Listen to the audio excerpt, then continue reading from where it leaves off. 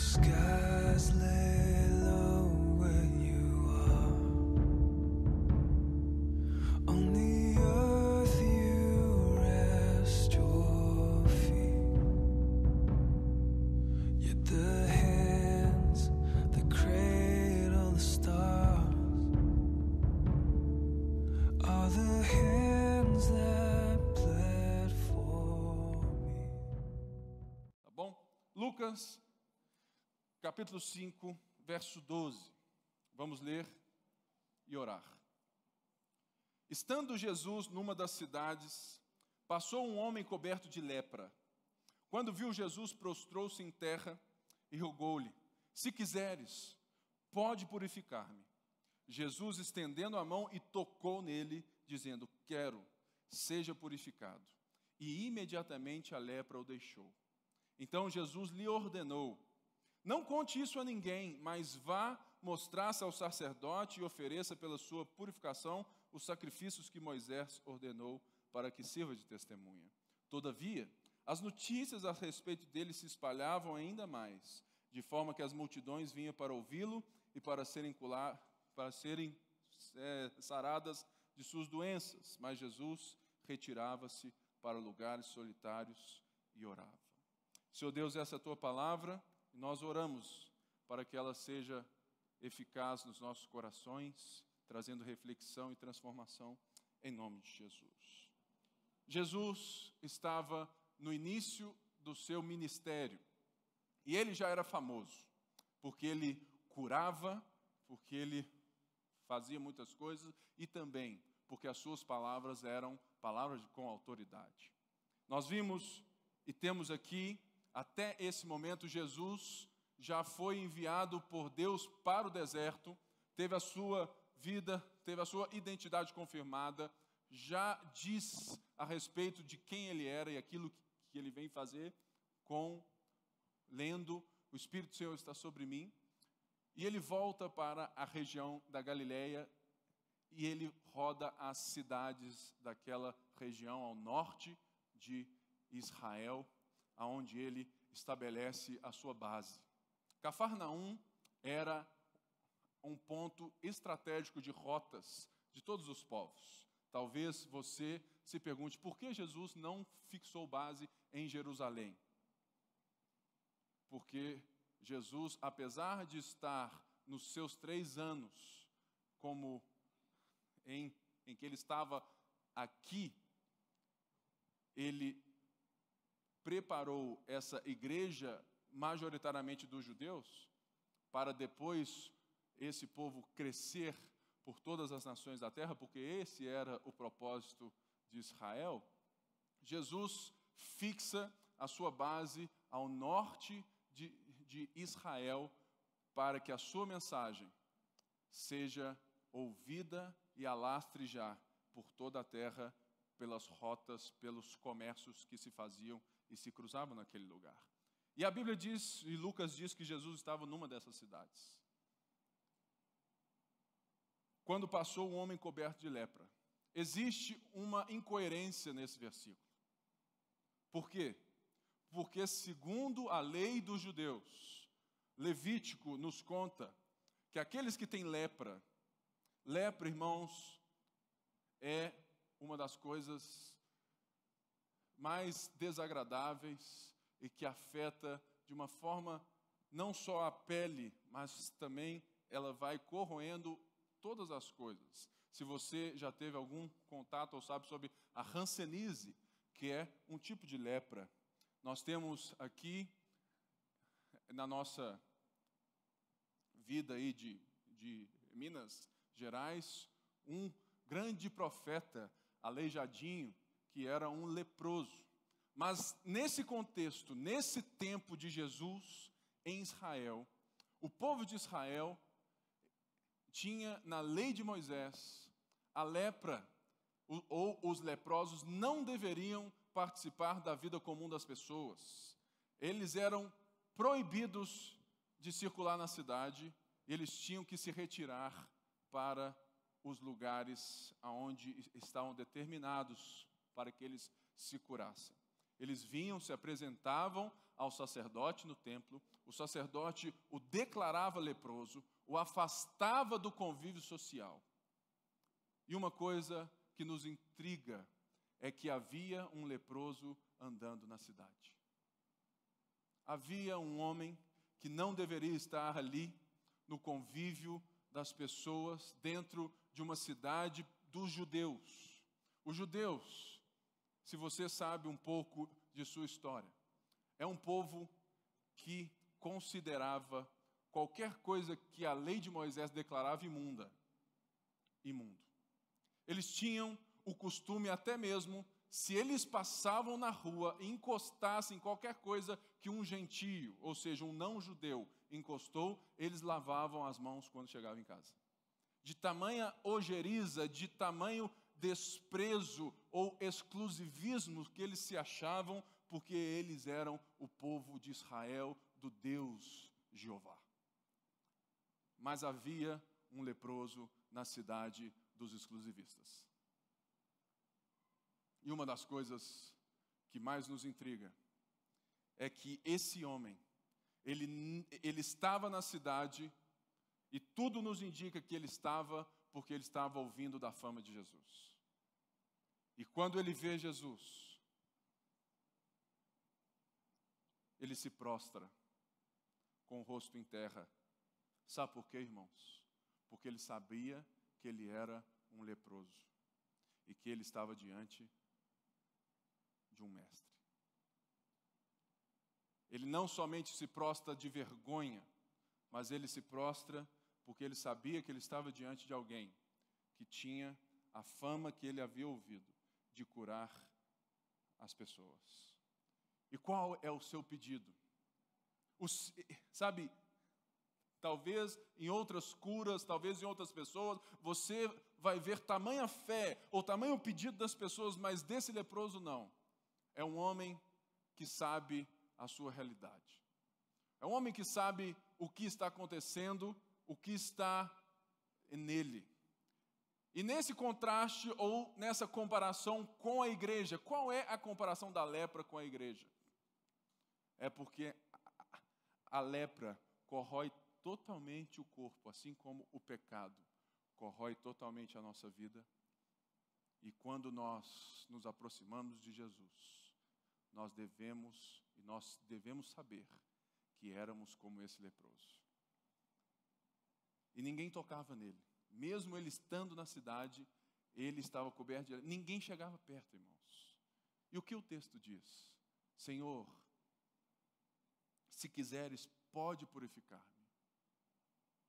A atitude de Jesus é uma atitude que deve nos ensinar como nós tratamos as pessoas, como nós tratamos aqueles que são excluídos da sociedade e como nós tratamos aqueles que nós muitas vezes julgamos como leprosos. Talvez a igreja esteja sofrendo da mesma doença de Israel. O povo de Israel não foi chamado para ser exclusivo. Eles foram chamados para ser bênção para todas as nações. Se você ler a Bíblia, você vai ver que o propósito da eleição de Israel é para que eles vivessem de tal maneira com o Deus Criador dos céus e da terra, que eles irão demonstrar que os outros deuses não são Deus coisa nenhuma, e os povos verão e virão para abençoar todas as nações. Mas Israel, assim como os povos vizinhos, teve Jeová como um Deus da sua nação, o nosso Deus. Mas Jesus, em todos os momentos, Lucas deixa isso muito claro. Jesus não estava interessado com aquilo, ou com aqueles que estavam julgando que Deus era exclusivista. E eu quero te desafiar nessa semana, a não ser na sua vida pessoal com Deus exclusivista, no ponto de achar que só você ou que pessoas ao seu redor não podem ser usadas por Deus, não podem ouvir a Deus, e muito menos que aqueles que talvez por alguma circunstância você enxerga como alguém que não é digno você comece a fazer o que Jesus fez. O que Jesus fez? Ele estendeu a mão e ele tocou no leproso. Se alguém viu, alguém ficou horrorizado. Se fosse eu e você, talvez numa cena drástica de Jesus no meio da igreja e lá no fundo tinha um drag queen. Aquele que quase todo mundo aqui enxergaria como alguém que está destituído ou que não merece o amor de Deus. Talvez, irmãos, ou com certeza, a primeira pessoa que Jesus abraçaria nessa igreja, se ela aqui estivesse, seria o drag queen. Porque foi isso que aconteceu nessa proporção com o leproso. Jesus não somente curou o leproso à distância, não foi somente, eu te digo, está curado, em nome de Jesus, levanta e anda. Não, irmãos, Jesus tocou na lepra. O que isso quer dizer para nós? Primeiro, que nós devemos sempre nos recordar da morte, da podridão e do pecado que Jesus nos tirou. E Ele não só nos tirou de uma forma mais ou menos, Ele nos tocou. Ele nos tocou de tal maneira que a Bíblia diz que Ele levou sobre si. Ele levou sobre si o castigo, porque esse leproso era visto como um castigo, um homem castigado por Deus. Ele levou sobre si o castigo que nos traz a paz, estava sobre ele, pelas suas pisaduras fomos sarados. Jesus tocou em você, querido, e Ele toca todas as vezes, porque Jesus não é um Deus exclusivo dos crentes. Às vezes você exclui os católicos, às vezes você exclui os ortodoxos, às vezes você exclui as pessoas que são diferentes, que convivem com uma igreja diferente da sua. Jesus não é exclusivo seu. E Ele não está aqui a serviço do seu pensamento, daquilo que você pensa ou não. Não. Jesus vem para quebrar paradigmas, porque Ele é um contraste com a cultura deste mundo. Se os judeus consideravam aquele homem um amaldiçoado, um leproso, é para esse que Jesus veio. Lembre-se, quando Jesus se assentava com pecadores, e as pessoas o perguntavam, por que esse homem se senta com esse povo nojento? E ele diz, eu não vim para os sãos. Irmãos, Jesus não vem ou não veio para quem se acha suficiente. Jesus vem para quem se acha leproso. Porque Ele toca nas feridas da alma, Ele toca nas feridas da vida. E Ele não só restaura as feridas. Jesus, Ele leva a lepra a sério. Porque a lepra, ela corrói todas as coisas. E assim como o pecado. E o nosso pecado, que nos corroía de tal maneira que estávamos a par de Deus, distantes dEle, Jesus levou sobre si. Jesus tocou o centro da nossa deficiência. Nós estávamos mortos. Nós estávamos mortos, nossos pecados, nossos delitos. Aí você pensa, Pipe, eu já sei isso tudo. Se você já sabe, por que você não vive? Por que você não toca nas feridas das outras pessoas? Sabe, irmãos, as coisas centrais da fé cristã, elas não devem ser esquecidas. Elas devem ser comemoradas, celebradas todos os dias no culto a Deus. Jesus tocou na sua lepra. E Ele fez daquele homem um novo homem. Mas Jesus ordena àquele homem que ele não conte para ninguém. É a mesma coisa que Jesus chegar na igreja dos crentes, né, e falar assim, não fala nada não. Irmãos, se você falar na igreja para não falar nada, você está dizendo, conte para todo mundo. Não é verdade? Eu nunca vi, irmão, sério mesmo, eu nunca vi um povo que gosta de conversinha que o crente, né? Irmãos, a gente gosta de fofoca. Essa é uma das nossas maiores lepras. E esse homem gostava, mas ele estava tão alegre que ele não conseguiu ficar calado. E Lucas diz que ele falou para todo mundo, e a fama de Jesus crescia mais e mais. Mas Lucas nos diz algo que Mateus, Marcos e João não nos contam. Por quê? Porque Lucas nos apresenta um Jesus homem, um Jesus que orava, que ele vivia a vida como um de nós. E é por isso que o verso 15 e 16 é o ápice dessa passagem. Às vezes, nós já consideramos a passagem como um milagre. O milagre é a coisa mais importante. Não. A coisa mais importante não é aquilo que ele já sabe fazer, mas é aquilo que demonstra quem ele é. Lucas diz que, todavia, as notícias a respeito dele se espalhavam ainda mais, de forma que multidões vinham para ouvi-lo e para serem curadas de suas doenças. Mas Jesus retirava-se para lugares solitários e orava. Irmãos, nós vivemos num tempo que até dentro da igreja, o sucesso é julgado pelos números. Que a relevância de um pastor, que a relevância de uma igreja é julgado pelos números e pelo tamanho do tanto de pessoas que estão ali. O que Lucas nos ensina é que Jesus não se importava primeiramente com as multidões. Ele se importava com elas. Mas ele sabia que havia algo que era prioritário na vida de um homem.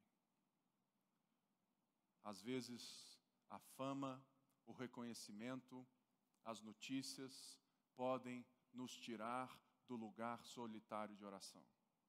O que eu quero te ensinar e te fazer refletir é que mesmo se você receber aplauso dos homens, mesmo se as pessoas olharem para você como a solução do problema delas, porque a multidão não estava interessada na mensagem de Jesus.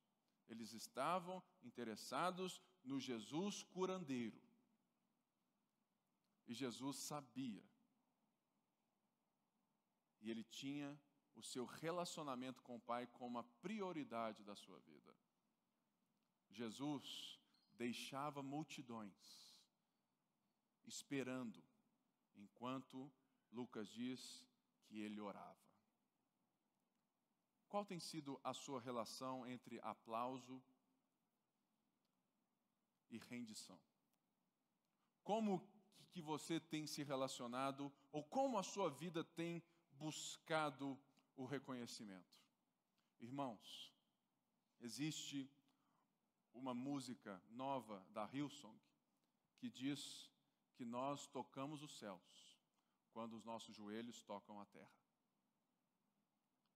Não existe reconhecimento, não existe fama, não existe momento, não existe aplauso que se compare ao tempo solitário de oração com o Criador de todas as coisas. Não importa. O que Jesus está dizendo, o que essa passagem está nos mostrando, é que mesmo curando, mesmo fazendo milagres, mesmo tocando o leproso, o que é prioridade para Jesus é o seu relacionamento com o Pai. Que você aprenda que nos momentos de felicidade da sua vida, nos momentos de sucesso, no momento quando você se formar na faculdade, quando você se casar, no momento que você estiver na lua de mel, fala assim: é agora, Jeová, é agora. Você não se esqueça que além de um homem ou de uma mulher, existe um lugar solitário de oração. A intimidade de um homem com uma mulher é infinitamente menor do que a intimidade que temos com Deus. Sabe, irmãos, eu já me esqueci disso tantas vezes. E esse texto vem para me lembrar. É por isso que a Bíblia, ela nos ensina coisas tão simples, mas que nos levam de volta às profundidades de Deus. Que nessa noite, que nesse dia das mães, você possa parar de olhar para os milagres de Jesus. E você possa ser como Ele, tocando os céus, quando os seus joelhos tocam a terra. Que você tenha um tempo nessa semana. Eu tenho 2 filhos em casa, a igreja, a empresa, uma linda esposa, outras coisas. E um dos momentos que eu não abro mão da minha vida, a Débora está aqui para testemunhar. É o meu tempo, irmãos, de leitura da palavra, de leitura e de reflexão. Ela, muitas vezes, até me xinga, né? Fala assim, você não está vendo, não? Não. Não. Porque a minha mente, o meu foco está totalmente no texto. Minha mente, meu foco está totalmente naquele momento, no meu momento com Deus. Irmãos, seu filho pode ser bagunceiro que for. Pode quebrar sua casa inteira, graças a Deus não é nosso caso. Mas existe um momento que é melhor que ele quebre a casa e você se quebre diante de Deus do que você ficar correndo atrás de coisas que podem ser consertadas. Tenha o seu tempo na sua casa e dê aos seus, dê ao seu filho, dê ao seu namorado, dê ao seu noivo, dê ao seu esposo, dê à sua esposa o direito de ter o seu tempo com Deus. Isso também é algo que a gente precisa aprender. Porque é muito fácil ser Maria quando você já tem Marta fazendo o que é preciso. Nós precisamos ser Maria na hora de Maria. Nós precisamos ser Marta na hora de Marta. Fique de pé no seu lugar e vamos orar. Você hoje acabou de ouvir uma mensagem light do Pipão, né? Falou assim, nossa, hoje o Pipe não deu, sabe, aqueles tiros, né? Irmãos, hoje não sou eu que estou light, é o texto que faz a reflexão. Porque na nossa igreja, nós não escolhemos o que vamos pregar. Nós deixamos a Bíblia falar por si só. Amém? Feche seus olhos, vamos orar. Senhor Deus, muito obrigado por essa noite. Muito obrigado que nós estamos aqui. Obrigado por cada um que está aqui ouvindo a sua mensagem, congregando nesse encontro de família, nessa noite, onde tantos irmãos escolheram ficar nas suas casas, com suas mães, com seus pais, com seus filhos, mas eles se retiraram dessa festa para fazer a festa da comunidade dos santos. Por isso eu quero os abençoar, que essa semana eles possam refletir nessa palavra, que eles possam ruminar nesse texto e que em nome de Jesus a gente possa viver a plenitude dos tempos, porque somos igreja e queremos fazer o que importa, importar mais. E todo o povo de Deus disse amém. Vai na graça, vai na paz, Deus te abençoe. Não se esqueça de me procurar se você precisa de mim, tá bom? Deus te abençoe.